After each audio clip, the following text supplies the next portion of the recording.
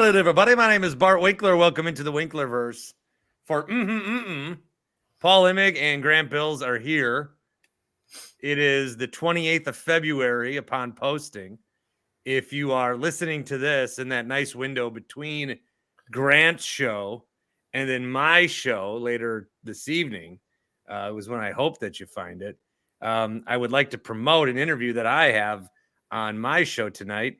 At 10 p.m. Central, I'll be sitting down with, well, not sitting down, but I'll be talking with Bernie Williams, five-time All-Star Bernie Williams. What do you got on the docket for Bernie? Well, I recorded the interview. That's where I was earlier today. Okay. We talked about his transition to a new career. He's a musician. He's got a foundation where he uses music to help different patients going through stuff. He shared his thoughts on baseball. What I asked him, what about these new rules would he have liked back then, and vice versa. And then I also obviously mentioned he was in an episode of Seinfeld. So I told him the one with George Costanza. He goes, "Are you the one that put us up in a Ramada in Milwaukee?" So I said, "Bernie, right. I wasn't a big Yankee guy, but I always liked you because you said Milwaukee on my favorite show." And then at the end, I broke it to him that there no longer is a Ramada in Milwaukee. Oh, well, no one wanted to stay there after the Seinfeld episode. Yeah, they go. I mean, not to just. Hey, you ever hear this joke this comedian said? But George's delivery in that scene, because he's helping Derek Jeter and Bernie Williams work out. And he's teaching him how to hit a home run, and he hits a home run. And they're like, "We won a World Series." And George goes, "In 6 games." It's just like that. That is what I want to capture in my personality. Brewers and Cubs in action as we talk. 50-50 boos for Counsell. It looked like at American Family Fields of Phoenix. Do we have any thoughts on Counsell still getting some cheers? Well, was it Brewers fans cheering? I mean, it was in the Brewers spring training home. Yeah, it's hard to know what kind of crowd this was. Since we've last talked, Counsell turned heel. Well, Counsell embraced his heel turn. Counsell, okay, let's do this analogy. Since the last time we talked, Counsell was a heel. We the three of us know that. A couple people in, where was it, Virginia, or where was he from? There's a few people who don't think that Craig Counsell was a heel, but he was The Rock before The Rock realized no one wanted to see The Rock coming back, at least not in this WrestleMania. And then Counsell, in his comments about, now you can tell you're in a different place, he's like, okay, like The Rock realized, I'm a heel. This is what it is. So since we've last talked, Craig Counsell, there's no other way to explain it, has embraced his heel turn. Or mm-mm. No, I don't think he has. I think he's just. Or do you think he still thinks he can say that and then still go to the Marquette game and be like, "Hi, everyone"? Because he can. He does not have that hard of a time when he goes places. I don't think he's going heel. I just think he's a dick. There's a difference. Like The Rock, it's scheme. I need to do this. The Rock's not, I don't think, a dick. I think Craig Counsell's just a dick. Like Craig Counsell will get into heaven, but he'll have to wait in line a considerable amount of time. Purgatory is designed for people like him. That's why it exists. Purgatory. The middle place, as they say. Yeah. He's not going to have one of those Disney fast passes to just scan his fucking wrist and get in, Paul. He's going to have to wait in the 2-hour line to go on Splash Mountain like the rest of us. Splash Mountain, RIP. Tiana's Bayou Adventure is what you will soon know it as. Oh, really? Mm-hmm. Is it the same ride? Totally different theming, but same splash and everything. Yeah. Oh, okay.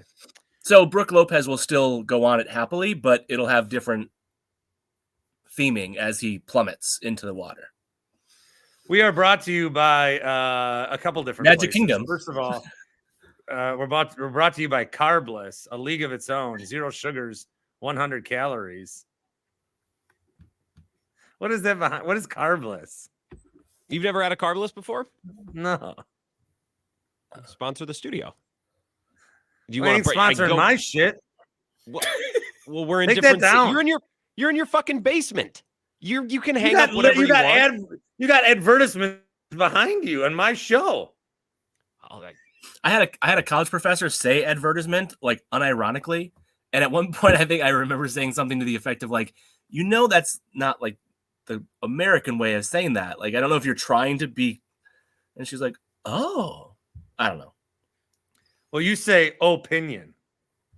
What you else? Say opinion. What else? Opinion. I'm not hearing a difference. You basically go, oh, opinion. As opposed to? Opinion. This is like Veep, Grant. This is Craig. No, this is not a very mature conversation. No, it's not very mature at all. All right, Bart, open your envelope and finish your read. Well, okay, Tupelo Honey. Oh, there you go. Tupelo Honey brings you these episodes each and every week, and we thank them. And you can say thank you as well by going and enjoying some delicious food there. Remember, they are starting to roll out their spring and summer menus, which I don't know if they rolled it out yesterday and then had to go back to the old menu because of the weather change. I don't think they did. I think they're waiting until it's actually the equinox. But there will be new, fresh items that you can try. Again, some Southern-inspired items with the chicken and waffles and those Southern sodas. They got a new line of coming up, which are even better if you put a little bit of whatever that is for you in there. They have brunch reservations available on Easter, which fill up pretty quick. So go to TupeloHoneyCafe.com. If you're listening outside of Milwaukee, there may be one in your neck of the woods, but I'm speaking on behalf of the one on Broadway and Clybourne by the 3rd Ward. So check them out, TupeloHoneyCafe.com. They bring you this episode. Carbless is a thing on the back. That's a Dan Schani YouTube stream. You have to see it to know it. May I address my tweets? Go for it. Well, I'm texting you guys. No one answers me. It was at 2 in the morning. Meltdown. It was at 2 in the morning. So here's what happened. Adrian Griffin was hired. He was a bad coach. A lot of people realized that right away. I didn't. I thought, maybe he's bad, but you got to give him the benefit of the doubt. If they give him the benefit of the doubt and he coaches the full year, is there a better outcome? The way that Doc's come in here and change his team defensively, probably not. It was probably bad. So, all right, they won. Okay, that's fine. I was wrong about this. That's fine. But then when Doc Rivers came in, everyone was giving Doc a benefit of the doubt, not Adrian Griffin. I understand that he may have earned that. He's coached a long time. But then, first week of February, I was cocking off because I was being a dick. And so I kept those, those tweets were up. They were fine. Then during a Bucks blowout win over the Hornets, where they score only 26, the Hornets do in the first half, some people thought, oh, how I'm going to celebrate this is go and quote tweet something that Bart Winkler said 4 weeks ago when he was being a dick in the moment. But now it's going to look like out of context. And so what was happening, I was driving to work on my phone, which I did blow a red light today because I was on my phone. I mean, I flat out fucking blew it. So I feel very guilty. I almost drove right to the police station and said I did something. No, I felt awful. I got away with one freebie. And so I was getting quote tweeted to death. And not everybody, I don't know that everyone's experienced this. I have plenty of times because of the shit I say about the Cubs. So there will be times when I make a tweet and I get 200 quote tweets in a 30-minute span that say cry more, mad online, clown face. And just looking at your mentions and seeing quote tweet after quote tweet, it's an awful, it's just awful. And so I deleted the tweet to not get quote tweeted to death. And then I blocked some people. And then I tried to spin it. And I was like, hey, let's be united. I did the thing, but now let's not do the thing. Like, I'm taking my ball and going home. And that didn't work because then people were screenshotting the deleted tweet and then screenshotting that I blocked them. Like, what a fucking honor. So whatever, that's fine. But then this one guy tweets at me, and I shouldn't even bring this up because on Twitter you can see only this tweet has 97 views. No one has seen this tweet. But he quote tweeted me saying, I'm done about Adrian Griffin, whatever. In this day and age, I think it's important that we take notice of what can happen to a person when they become obsessed with the opinions of strangers on the internet on minor topics, rather than developing human connections with real people in the real world. And I think that is just, and I can't get into engagement with them because it's not, I am a sports radio personality. I interact with strangers more than I interact with any other group of person. So, yeah, I care what strangers think of me. I want them to listen to the show. And if you want to say opinions of strangers rather than developing human connections, well, there was a time where I just talked on here to a bunch of strangers. And then me and a bunch of those strangers all got together in the Miller Park parking lot and had real human connections. So I just think that's a bullshit tweet, and he's a stranger, and it does bother me. I don't know. I'm just very upset. I had to get this off my chest. I guess I'll unblock some of these people. I don't fucking care. No. Don't. Well, then I look and they're all clowning me, and so I look in their bio and it says Bucks fan, 20. Look, I'm a Bucks fan. You can be a Bucks fan. I would like us to all be together, but I am, and you can say whatever you want about this. I no longer choose to celebrate the Bucks without people in my age group outside of Grant. Or Toby maybe. Or Chuck. That's reasonable. Or on the other side of the range, yeah. Yeah, Bart, it was like 2 weeks ago you told us that you were going through and you unfollowed hundreds, right? You should unfollow thousands of people, Bart. You got to get that number down into the triple digits. Yeah. This is on you, not for purposely, almost like comedically being a dick about the Adrian Griffin stuff. It's on you because you shouldn't have any care what these people have to tweet at you. Like you're way too old, and like. But there's a lot more people than people were commenting on these, like, look who deleted or blocked me. He's a clown, real bitch. There's a lot of people that. I mean, I know not everyone likes me, but the number's a little higher than even I thought. So it's a little bit of medicine. If this is you first finding out that you're a divisive personality, like, I don't know what took you so long. Me? Like, people don't have like I like Bart. It's either like, I love Bart or I hate Bart. There's not much middle ground. Of all the battles to fight with all the groups, Bucks Twitter is not the battleground that you want to hang out in. Like, don't wage war against other Bucks fans. Like, we only have so much time and energy to do these. Well, that's what I was saying in my tweet last night. I think tweeting more, by the way, tweeting more has never helped. don't never helped. Yeah. No, I know. I think go host your national perspective. You have significant airwaves upon which you can let all this stuff out. And then also with us. And then I did grow. I realized there was some growth because I did not bring it up at all on the national show. When on my old morning show, it would have been my whole show. Different audience. Yeah. Couple things, unless you want to keep going on that. No, I'm sorry. Just because neither of you responded to my text, I thought I'd get you. But you literally, I think you sent that. I mean, I was like 4.5 hours into my sleep at that point, woke up and saw it. And I'm like, do I respond? I can never tell if you go to bed at 6:30 or 3:30 in the morning. Yeah, there's a variance to it. And that is true. I'm not clear on what Paul's schedule is. He seems like the type to go to bed at 9, but every once in a while I'll get a text at like midnight. I get a text at 12:30 about something I just said on the radio. I'm like, you? Paul? The other night I was up listening. I couldn't. Her?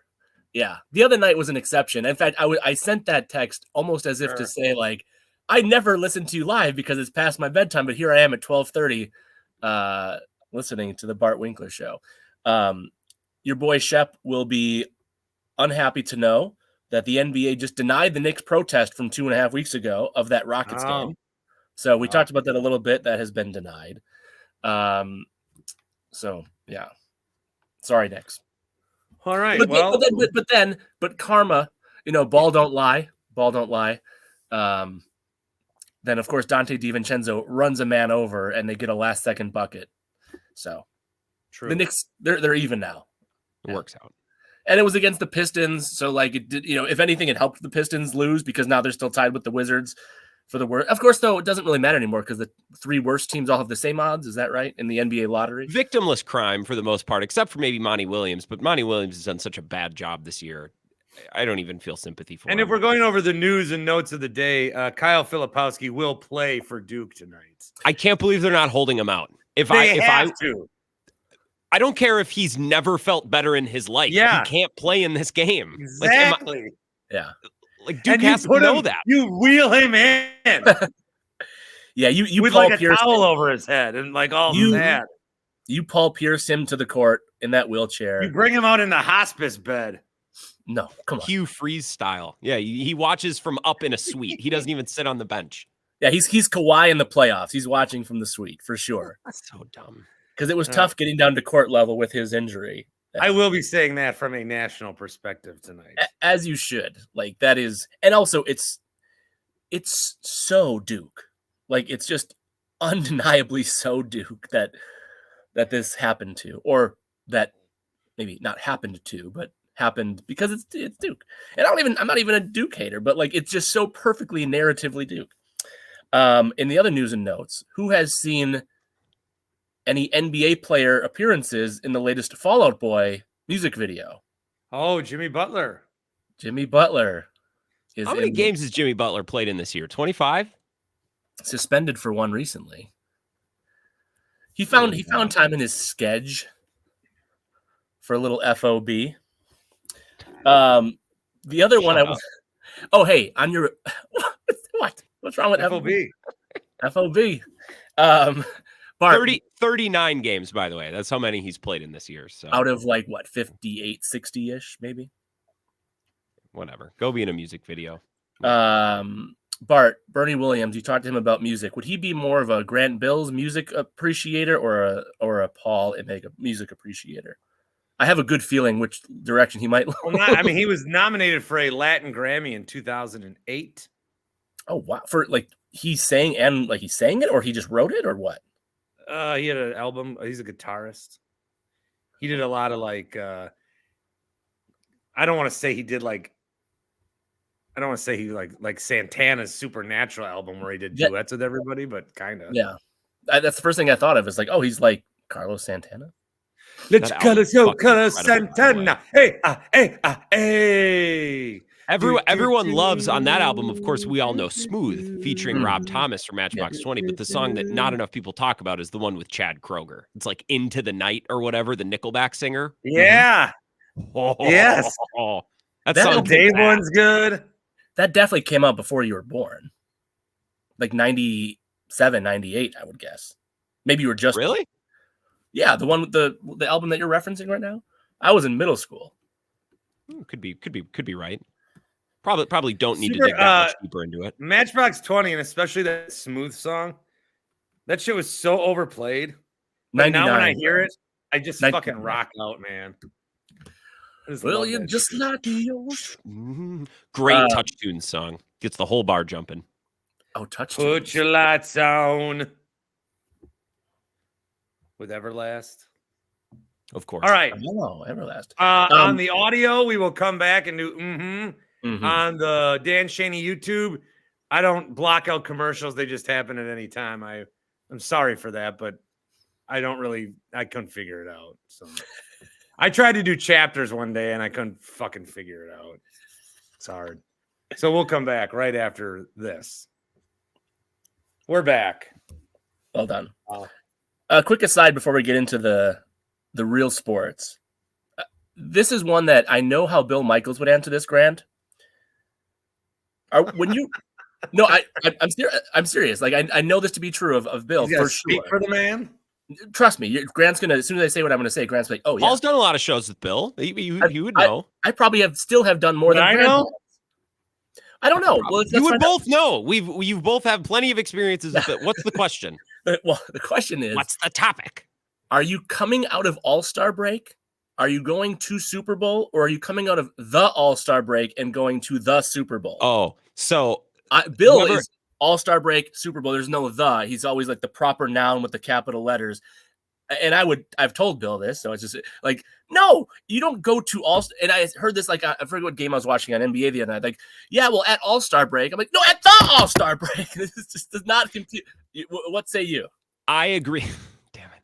I agree with you that it is but I found myself just unintentionally saying Super Bowl. I was leaving the off, and it wasn't on purpose. It's just, I don't know, man. When you go to Super Bowl, you just start saying we're at Super Bowl. It's you have to be there type of situation, I think. No, don't cave to the pressure.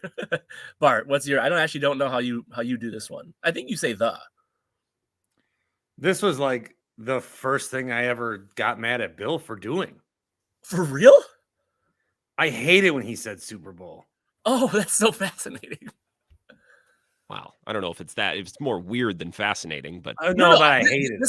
Would I be asking? I have this. This was not unplanned. I prepped this in my notes to talk to you guys because this is fascinating for me. This is in Grant. It's the equivalent of like Job Bluth.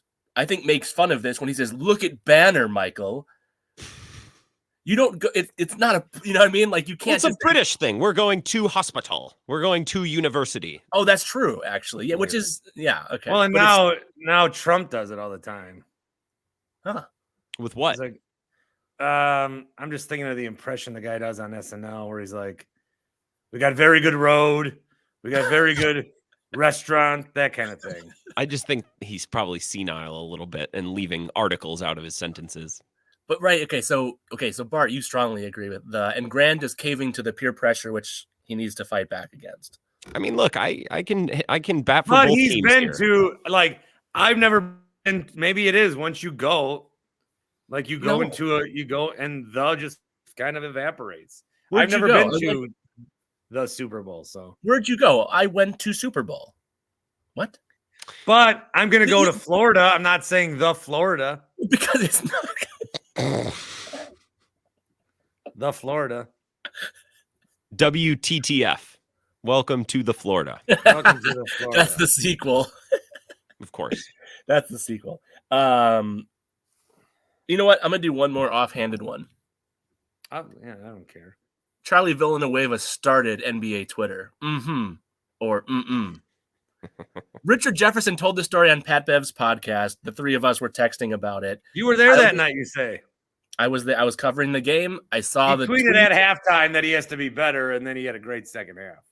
It's just a fascinating aside. And I've always wondered, like, will anybody ever tell the story of Charlie Villanueva starting NBA Twitter?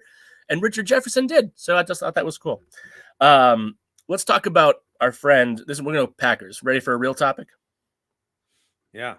We've lightly touched on this, but these are the type of hypotheticals that I love for the three of us to talk about. And your friend and mine, Peter Bukowski, well, not mine, I've never met him. He seems like a good guy. Peter Bukowski is all in on this Tee Higgins for pick 41. Give Tee Higgins $25 million. The Packers per year, that is. The Packers have some great wide receivers, but Tee Higgins would instantly be wide receiver 1. So I want to, and Bukowski has shared on Twitter how wide-ranging the responses have been to like, you're crazy, that's too much, to like, you're crazy, that's not enough. So pick 41 for Tee Higgins while giving Tee Higgins $25 million a year. Do it if you're the Packers. Mm-hmm or mm-mm. I don't know. So mm-hmm, or mm. Yeah. I'll strongly say no. I'm very interested in like I really think that Justin Fields, what are they going to do? What do the Bears trade? What are the fallouts with that? I'm very interested in that. Yeah, it's interesting. I'm as interested as I have ever been in the top of the draft ever. I usually I don't do this. We usually stick Packers, Brewers, Bucks. I have a question on this for you guys, so hang on to that for a second, Bart. But when we get into these kind of things, it's like I don't know. I mean, I don't find doing 7-round mock drafts fun. I don't find I don't know. This question, I saw him ask that. I said to Twitter, show me less like this. Not Pete in general, but those kind of like things. I don't. Well, Grant, is this one of those things though? Because you said strongly. I don't think they need a Tee Higgins for $25 million a year. When you might have a Tee Higgins on your team. I mean, okay, this is just the Dolphins had Jalen Waddle. That didn't stop them from saying, "Oh, we should get Tyreek Hill." Right, which has led them to great results. We also have, like, if you ask people who do you think's got the most potential, you're gonna get Reed, you're gonna get Wicks, you're gonna get Bo Melton, Watson. You're gonna get Watson, who I forgot about just now. You're gonna get Dobbs. Like, they've got enough guys. If you want to take another receiver, that's fine. I don't think that is where you best spend your money or resources right now. Grant, my question for you is: you said strongly, don't do that. If you woke up to the news one day, oh, the Packers traded 41 for Higgins and gave him 4 years and $100 million. Would you? I mean, but you would then, of course, be like, oh, like you'd still be like intrigued, right? Like you'd be like, whoa, like it's not like you'd be like, oh, what the hell? What's Gutekunst thinking? Right? Or like, how quickly would your tone change if it happened for real? I mean, I like watching good players. Tee Higgins is a good player, so I'm like, I wouldn't be angry about it. I just don't think they need him. I think if you are going to give up a good pick, a premium pick, and a big contract for a wide receiver, then I need to be able to maybe argue that wide receiver is near the top in football, which you could say of Tyreek Hill and you could say of A.J. Brown. I think Tee Higgins is really, really good. I think they have a lot of wide receivers. No, if you want to do that for Justin Jefferson, I'm all on board. Of course. Yeah. You would trade. Yeah, geez. But like in all seriousness, like if we're giving up a pick and a big contract to a truly like unbelievable top 1, 2, 3 wide receiver in football, sure. Because that guy's such a difference maker that yeah, even if you don't necessarily need him, you would love him on your team. I think one of the biggest strengths that the Packers have organizationally right now is their offense is going to cost them no money other than quarterback for years. Like they have a nice runway with this group of receivers and tight ends. And I don't think there's a gaping hole in this wide receiving group. No, there's not. So I don't think it's necessary. It's not necessary. It's not where I would spend the resources, given what they've done an incredible job of in the draft. But my part B to this is Daniel Jeremiah has 12 wide receivers in his top 50 prospects for this draft. 12 of the top 50 are wide receivers. Draft one. Now, again, if you're saying that it's a top 50 prospect, you're going to do it at pick either 25 or 41. Like presumably a top 50 prospect doesn't fall into your own second round pick in the late 50s. What number is the Packers? Is it 57, 8, 9, somewhere in that range? You could not be asking two worse people than me and Bart as to that number, like the precise number of the Packers pick. So I mean, again, we've hit on this a little bit in the past, but I just would say like there's clearly this is an elite draft class of wide receivers. The Packers are set at wide receiver. There's other positions you could go after that are of a greater need, but like again, that's why I say part B to the Tee Higgins question. If one of these top 12, let's say it's the 9th or 10th best wide receiver on your draft boards there at 41, do it? Or mm-mm. We'll see what it is, but yeah, I mean, if they take a receiver in the second round, I'd rather they do that than trade it and spend $25 million on a guy. Yeah, I think I would too. It's like the Brewers right now, right? Like the Brewers pitching situation.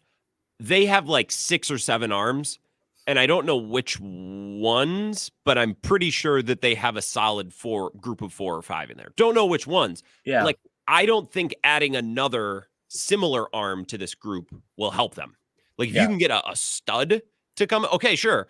But basically what the Brewers have to do with their starting rotation is like, we need to weed this group of 6 or 7 guys down to 4 or 5. Great. That's kind of what the Packers have to do at wide receiver too. So I don't know if it necessarily helps them to add another like similar player, like another 2nd or 3rd round wide receiver. Like if Roma Dunze or whoever, like unbelievable player falls into your lap, like, oh, sure. Yeah, of course.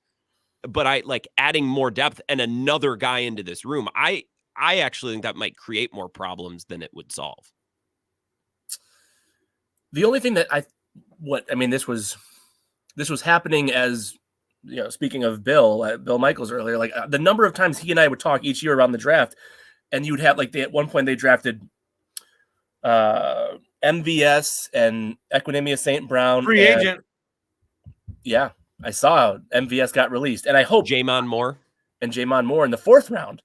By the way, I think Horvat was joking on Twitter that he said like the return for MVS, like please God. Like, okay, right, because he's hardcore anti-MVS, right? Well, he did book him on our show, but besides that, he also booked Sternberger. Yeah. Okay, so he was definitely the 2 Packers I had on. I'm trying to think of a player I would want less on the team than MVS coming back, but the one thing that the mistake they made to finish my story is like they drafted 3 wide receivers in that one year. None of them really hit. I mean, MVS was, you know, a home run or a strikeout swinging on 3 straight pitches kind of guy. And they just kept, like, as Devontae Adams was getting older, they kept not drafting a receiver, and not drafting a receiver, and not drafting a receiver. And so the way to preemptively avoid that happening again, because, like, you know, year after year, Gutekunst or even Ted, like, they would always talk about, like, well, you know, it just didn't work out, right? It's just the way the draft board fell. We just didn't get one this year. We didn't add to that class. You know, I think it's one of those positions, especially with a young quarterback and the salary structure that we mentioned. Like, is it the worst thing in the world to keep plugging in high-end talent and letting them battle it out? But I would say if forced between those 2 choices of like picking a rookie wide receiver on a rookie scale at 41 versus trading 41 for Tee Higgins, you know what you're getting with Tee Higgins. Like, so let's be clear, like he's really good. And I think, Grant, you insinuated a couple minutes ago that AJ Brown is at a higher tier of wide receiver than Tee Higgins. You said like, oh, if it's AJ Brown, if it's so-and-so. I was like, my first thought was, yes. You're saying AJ Brown? You believe AJ Brown is in like an unquestioned higher tier than Tee Higgins? Yes, I think AJ Brown has a claim when the team is functional. He's not being a dumbass. I think he could be the best wide receiver in football. I think you're too high on Tee Higgins. Me? He's saying that to me. No. Oh, yeah. Like Tee Higgins is nice. There was like a 6-week stretch last year where AJ Brown looked like the best wide receiver in football. And Justin Jefferson was hurt, and Tyreek Hill also looked really good. But I'm saying like this is the type of shit I don't want to get bogged down in. Like whether he's 1st or 2nd or 3rd, like the point is he has a claim, but Tee Higgins would not have a claim like that. If the Packers were to trade and pay Tee Higgins, it would be like the Packers saying, well, this is what you're supposed to do. You're supposed to trade for a wide receiver and sign him. But like the quality of that wide receiver also like Tyreek Hill and AJ Brown are on levels that Tee Higgins is, and Tee Higgins is fine. I'd rather draft a running back at 41 than trade it for Tee Higgins or like draft a young wide receiver. I think that would be a more productive use. And I don't think, you know, premium picks on running backs, I don't think that's great business, but I think that would make way more sense for this Packers team. Yeah. Well, and by the way, there's no running backs on Daniel Jeremiah's top 50 prospects. Not one. No, I think there's going to be a bunch that are going to be probably like between pick 60 and pick 100, but not a single running back in the top 50 prospects. And by the way, like, I got a question for you. Yeah, hit it.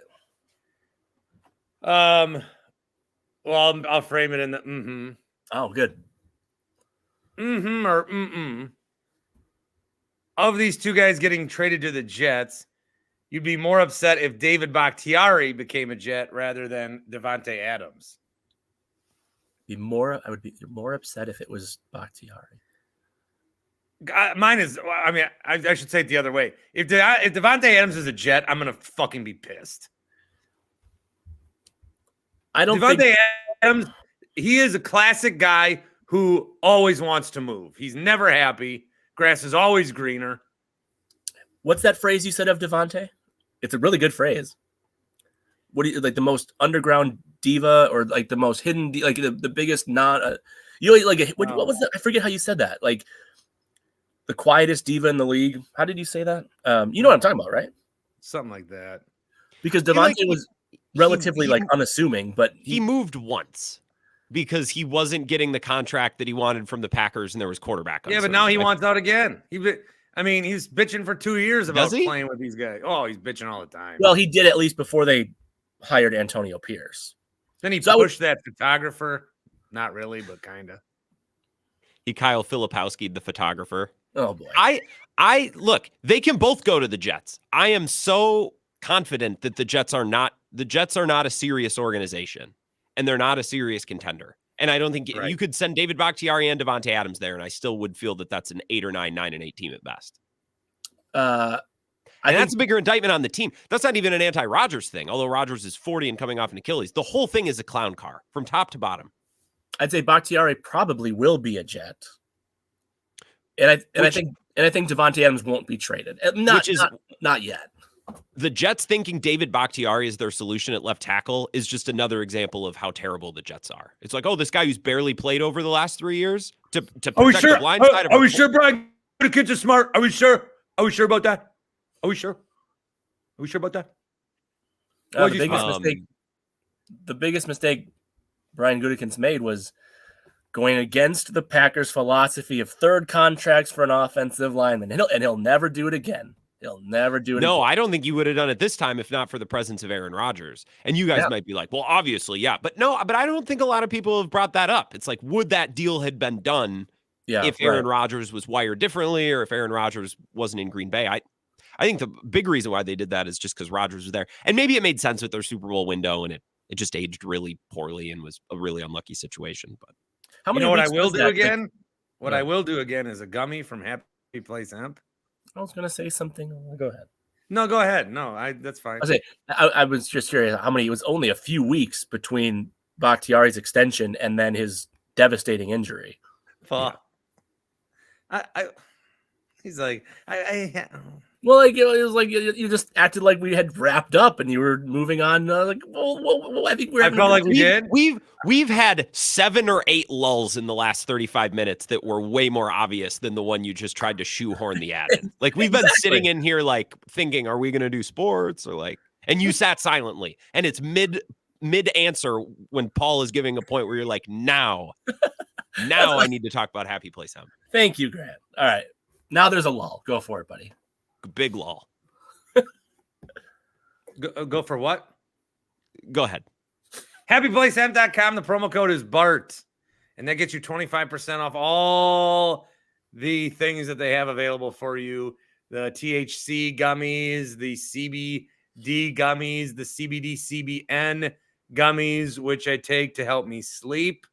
When I was in there was a guy who's like, I've been trying this different stuff. I've been trying melatonin to help me sleep too. I will tell you on personal experience that when I've taken melatonin, the little things, I fall asleep and get up a lot. When I take those gummies, I don't really get up, and I have a better sleep. So worth a try if you're doing that. Again, they've got the seltzer that is now available with their and our friends at 1840 Brewing. That in the Bay, what's that part of town? Bayview. Jesus, I did not just take one. Not mid sip. Actually, what I do is I take the seltzer and pour it in here, so you guys don't know that I'm actually drinking it. HappyPlaceHemp.com. You can check them out there. They're in Muskego, across from Maddie's in New Berlin. Across the road, you're in a new town. And 25% off every order with the promo code BART, B-A-R-T. Can I break some sad news? Yeah, I was going to too. Very sad news. Are you looking at the same thing I'm looking at? Yeah. Richard Lewis passed away. That's so sad. Curbs Richard Lewis? Yeah. Oh no. He was battling what? Parkinson's? He didn't look the last couple times he was in Curb. He didn't exactly look. He didn't look 76.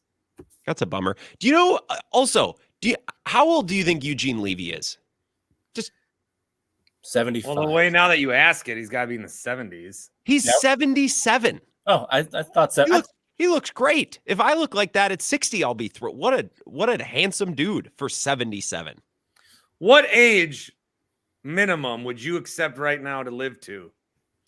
Please don't do this. It's a great topic, but I'm not doing it. It's a great topic, but I'm not doing it. Anyways, that's sad. I have another topic that I don't know if I should bring up here. How old was Richard Lewis? 76. Okay. Sorry, Bart. Maybe I'll float this with you guys.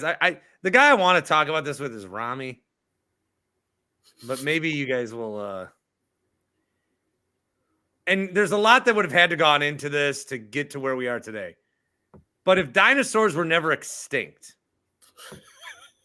and humans were also around and they traveled and like, let's say humans were in North America, dinosaurs.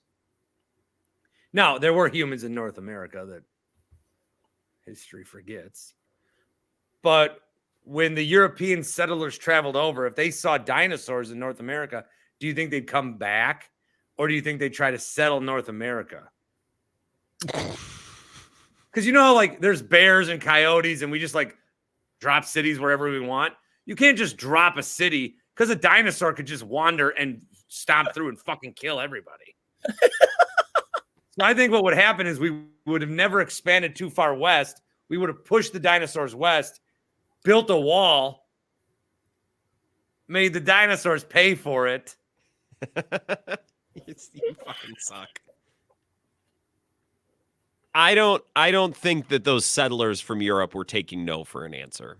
Or would we kill the dinosaur? Would we be like, yes, well, this ain't fucking right? We'd kill them. We'd kill them all. We'd kill them, keep some small in zoos. Did Paul quit? Essentially. That's a good topic. Would you go to Jurassic Park if such a thing? Hell yes. Hell no. Yes. Hell yes. I would never, ever, ever, ever.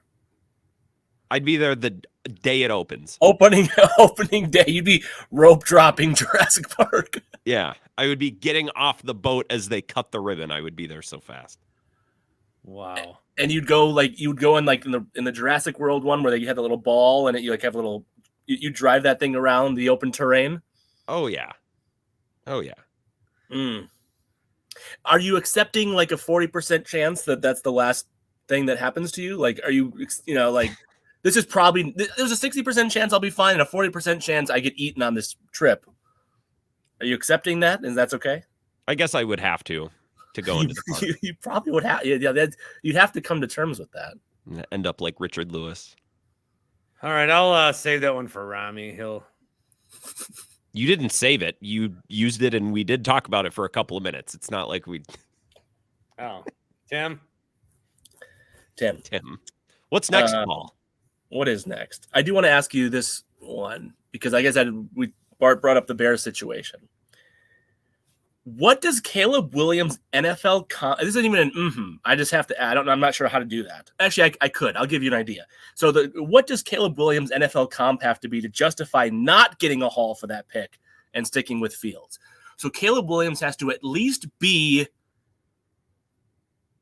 Justin Herbert to justify better than Fields. No, that's a bad take. You better test this one out before you do this nationally. He's got it. Because you're not. By keeping Fields and trading the pick, you can't just have Caleb, like, because of what you could get back. It could be just as last year's decision to trade back was for the Bears. Like, it could be, it could be everything. Let me just give me my quick rundown on this whole thought process of what I think. Go. Hit it. Here's what I think. You got to take Caleb Williams. You had the number 1 pick last year. You didn't take it. You got it again. You got to take him. This is your guy. You got to take him. You passed on Patrick Mahomes.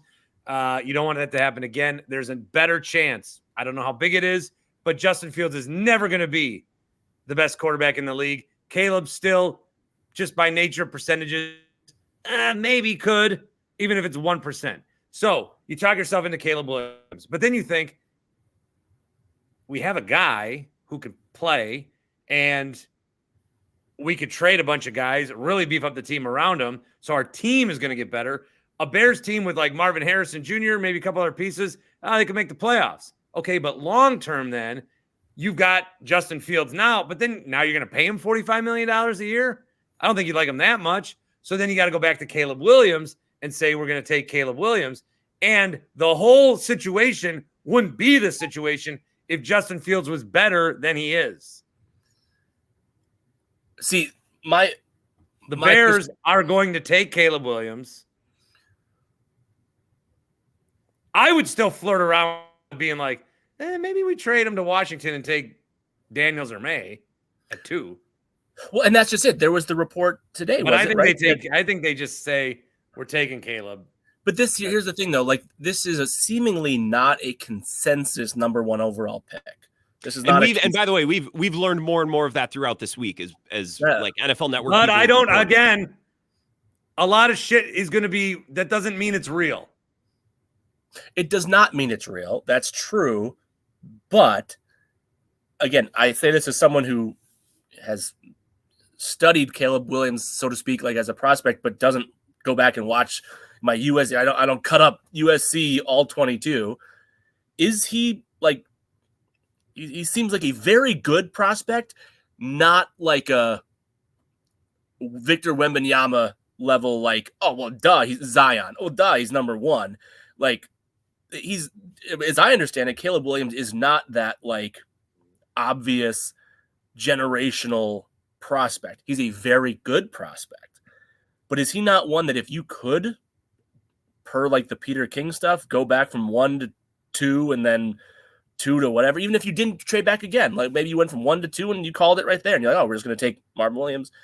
So you're right, Bart. It just, the smoke doesn't absolutely mean there's a fire, but, and you know, it's the season where you have to decipher reports, and where reporters have to try to determine, like, is what I'm getting, like, are you telling me this source because you want this out there, or are you telling me this source because it's actually a real thing?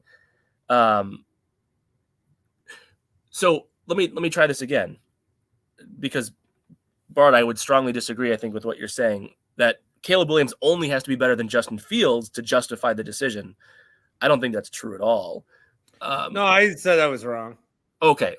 So let's say Justin Fields is, I don't know. I know he's 3 years in the league, but like, let's say he's at best. He never. I think Justin Fields is 85 to 100% of what he is. I think that's probably fair, which means he would never crack the Bartometer's top 10 quarterbacks, right? He not might even close. Not right. even close. Right. So he can get better. And if you put him on Atlanta, I think he's better. If you take him out of Chicago, just inherently, I think he's better. Yeah. But how much better? So let's say Justin Fields. He will never be as good as Jordan Love. Yeah. So that's what you need, Paul. You need Caleb to be better than the Packers guy. I agree with actually what you're saying, but that's a terrible way, of course, to think. I mean, if you're the Bears front office, the problem is, though, and like Brian Gutekunst talked about this, I saw at the Combine, not at Combine. At Combine. No, at the Combine. You go to Combine? No. I should have went to the Combine. It's so close. Yeah, well, you really should have. It kind of hung out with Schmitty and Nags. Yeah. You should cover it. Grant, have you covered the Combine? No. Okay. I'm trying to get to draft. Trying to get to draft. I'm trying to Not just drafted. Green Bay draft, but this year it's in Detroit. Go. So I'm trying to get to the Detroit to cover draft. The Detroit to cover draft. Fuck you. The problem. Gutekunst said that it's at the Combine where he was talking about, like, the Packers have the luxury, the ownership, and the longer leash to get away with, having a quarterback sit for a few years and all of that. And the Bears don't they don't have that luxury, right? So like they probably have to make a more rash decision, because it's kind of like Oklahoma City Thunder, right? Where Sam Presti has, first off, it's paid off already. But like when he had this vision, he had 26 picks in the next 5 drafts. Like he knew he was going to be able to see that through. Does the Bears front office actually believe they would be allowed to see it through? If they don't believe that, somebody called me and wanted them to wait for Arch Manning. I heard that. I'm like, I don't think that you can assume you have that much time if you're Ryan Poles. If you have 2, like that's in 2 years, right? That Arch Manning will be draft eligible 2026. You can't beat up Quinn Ewers. If the Bears are in a position to draft Arch Manning in 2 years, Ryan Poles will not be the general manager to make that pick. So, not a long enough leash. So I got a Radio Joe Sports tweet. Oh, I saw that. He says, a prominent source tells me at 12:50 a.m. the Fan will be bringing back a local show to the airwaves. Announcement tomorrow. Stay tuned. Well, that source could be anyone at the Fan. Who knows? That could have come from any number of people that currently work there. Mike Clemens responded, great. It's too late, but great. Clem Dog. On the Fields topic. Yes, please. I just have some pet peeves. Number one, it's like no one's watched Justin Fields the last couple of years. He's not that good. Like he's not that good. He's fine. Is he not that good? Or has he been Chicago Bears'd? So there have been quarterbacks in worse situations than Justin Fields. Everybody is saying that Fields, if he's got Marvin Harrison Jr. and if he's got another running back, like if you put talent behind him, he's going to get better, right? Everyone's saying this. So the quarterback's going to look really good because of all the talent around him. Well, who does that fucking remind you of? The guy they tried to make MVP. Brock Purdy. Yeah. Brock Purdy's so good. No, he's not. He's got what Justin Fields you're trying to give Justin Fields. The Bears' offense last year, rushing-wise, was unbelievable. It was outstanding last year when they were hot. They were losing, but their offense is great. Then they had DJ Moore, and then this year the defense was really, really good when things kind of settled down after a really rocky start to the season. And they had a middle-of-the-road, sub-500, missed the playoffs year. So he hasn't been totally bereft of talent around him. Not the best situation, but certainly not the worst. That's pet peeve number one. Pet peeve number two, we're talking about this Bears pick like no other team has ever had a pick at the top of the draft before. It's like, well, the Bears could take a quarterback, but like, what if they trade down? Like, think of how many any team at any moment in time. This is uniquely different. No, it's not, though. It's not. They had it before. There's a lot on the line. There's a lot of teams that need quarterbacks. There's a lot that could jump. There's a lot of quarterbers. This is fucking scandalous. It's like unprecedented amount of haul to trade down. And this is going to go down as one of the top 10 butterfly effect moments in the NFL history. That's true. Yeah, because if they decide they're open for business to move down, then Vikings, Broncos, Falcons, they can get involved. Like, yeah, and then Fields, whether or not Fields becomes available. So butterfly effect, sure. But Paul, I'll answer your question. How good does Caleb Williams have to be to justify them picking him? He could bust, and it would be the correct move. He could be terrible, and it would be the correct move. What? Yeah, I see where Grant's coming from there. Oh, you're saying you got to do it. It's like you're saying from a process perspective, Grant? Yeah, 100%. You have a quarterback who's fine. They've had an opportunity. Frame it this way. You can't pick number 1 overall in the draft 2 straight years or possess the number 1 overall pick in the draft 2 straight years and walk away from that with your quarterback being Justin Fields, who's about to get paid a ton of money. A tweet of which I read and said your name. Oh, I appreciate that part. Thank you. I think I shouted you both out the If he busts, you go, well, it was the right decision. Or it doesn't have to be Caleb Williams. Take whichever quarterback you want. If you want to trade back to 2 or just stick and pick at 1 and take the LSU kid who I can't remember his name. Jaden Daniels or Drake May. Take Penix. Take whoever you want. Take the quarterback you like the most. and build around him and move forward. And if it doesn't work, it doesn't work. But it's not working right now. You're not winning the division with Justin Fields as the quarterback. With the way the Lions are set up and the way the Packers are set up now for the next couple of years, you're not doing it. It's not enough. Let's ask this definitively. Justin Fields will never be a top 10 quarterback.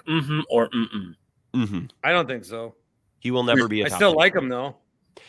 I don't think Brock Purdy's a top 10 quarterback. He almost just won a Super Bowl. Like, I think Fields could go to Atlanta and win a lot of games, and it would make sense for Atlanta, but it doesn't make sense for Chicago, given the draft capital that they have. Yeah. All right, one more short one. My computer's dying. Do you have your I didn't know if I should leave time for if you were prepped for your Bartometer yet. Last couple times we've done that. Oh, I haven't prepped yet. The Bartometer is going to be teams that did not make the playoffs, how likely they are to make the playoffs in the NFL. And I think my big shocker will be Jacksonville over the Chargers. Okay. Sure. Jacksonville is the most likely non-playoff team to make the playoffs. And then I'm going to put the Bears in there, but I'm not sure where yet. Minnesota. The Bears belong in there. Minnesota. The Bears belong in there. Minnesota has no fucking shot. Here's the thing, Paul. With the Bears, we'll circle back to Minnesota in a sec. Okay. But with the Bears, like, they could take their quarterback at 1 and still add awesome players. Like, they have 2 picks in the top 10. It's not like quarterback. They could be better short term with Fields, but then long term with Caleb. And if Caleb is even look at what CJ Stroud did last year. Like, CJ Stroud has less talent than the Bears are assumedly going to have this year. Oh, the Bengals didn't make the playoffs. They'll be in there. All you do is forget about the Bengals. That's like your go-to. Who else would be in there? Maybe you know what? I'll do the Jets. I'll do no chance. That's better. No chance of making the playoffs. So whoever's number 1 is like the highest odds of not making it. Yeah. No. These Number teams 1 are already has eliminated from the playoffs. Number 1 you need to start at 10 with the worst teams and then get progress. Like, the number 1 has to be no way. Like, that team's got to make the playoffs. I said I didn't like Vince Scully last night, and Shep almost died. I love how you kept saying, because I was listening to you a little bit, and you're like, this is not something I want to defend. It's just something I want to say, and now we're going to move on. This is not my take. I just watched a movie. I didn't like it. I'm sorry. Per sources, Ram has called Drew and KB this afternoon. Whoa! I know. I need to respond to what you just said about Vince Scully. Come on, Bart. Come on, Bart. You got to show more respect, Bart. Come on. He's a legend. You've got to put some more respect on his name. Bart, you're too smart. You've had too much success in this business to have this take. I won't let you do it, Bart. It's actually not bad, Paul. Well done. You gotta let this wildflower burn. Sincerest form of flattery, right? Imitation. I guess we can call it there, or we can just briefly. I did want to talk about what we wanted to do last week, which was like Brandon Woodruff coming back to the Brewers is awesome. Or even if he doesn't pitch in 2024. Just an unquestioned opposite of trading Josh Hader type of move. Just a feel good, clubhouse morale. As a fan, you're like, yes, all right. Like, we did the quote unquote right thing. Like, this is regardless of his status for 2024, they did the good thing. They did the right thing. You're stoked about it with Woodruff. And the Brewers get credit for it because it would have been easy not to do. Like, it would have been really easy for the Brewers to be like, oh, we couldn't have the money. And they didn't. They paid the money. They plug in my charger. There you go, buddy. I have a finite amount of time. I need this charge because I need a good camera because I'm going on Zach Gelb's show in 10 minutes. All right. And with that, Bart, you have any thoughts on Woodruff? Oh, what a fucking waste of money.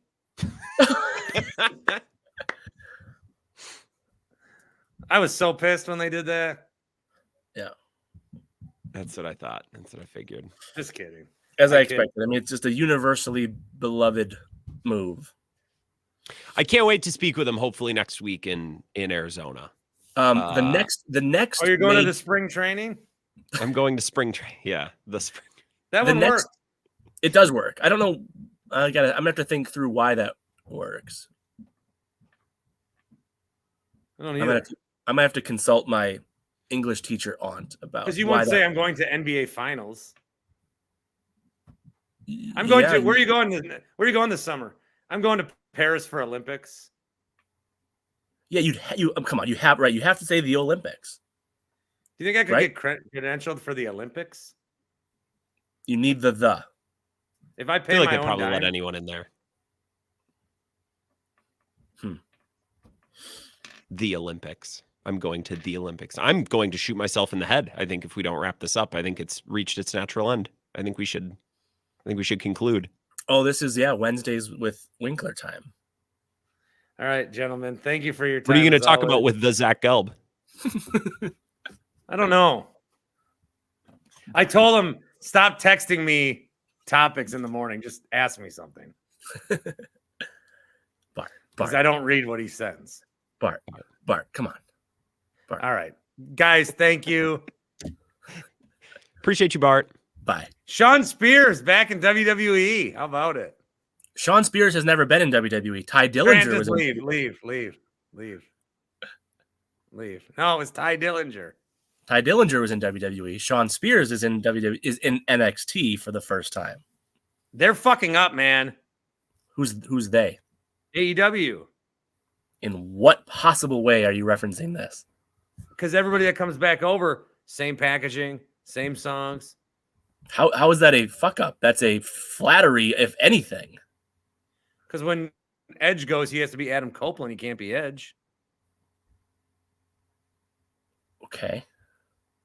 But then Cody Rhodes can just come to Cody Rhodes. But he's still it's because his name is Cody Rhodes. Like, they just use more real names. They don't use it like AEW's not as. They're not going to package a guy who was always. Sean Spears isn't Sean Spears. I'm just saying, like, it's not, isn't it? It's nice that they're not trying to, that the former company wouldn't try to say, you can't have your name. Like, I think that's a great thing. It's a form of empowerment for the performer. There we go. Right? Like, yeah. It's a nice. have like 2 minutes now. Anything else you want to talk about? I got 2 minutes. No. I'm happy that these wrestlers can go from, like, that there's always somewhere else, seemingly, if they have talent, for them to go. Like, it's amazing. Do you know why whenever I have a complaint about AEW, I only tell you and don't like tweet about it? Because you're an asshole. Because AEW still follows me. All right, so now I know what to do. I know what to do now. You text me your complaint, I screenshot it, I tweet it at AEW, and I say, just so you know. Take this video clip and send it to him. Exactly. Yeah, exactly. All right, buddy. Well, when's your show on the Fan start? Are going live at 9 p.m. Central. Directly head-to-head with this absolute shitbag national show. Yeah. Okay. That would be a good decision, right? Yeah. When is the Radio Joe show? I like that people are speculating on his tweet what it is, and no one's like, "Oh, you're going back?" No, I mean, Joe, you don't think the recruiting has begun?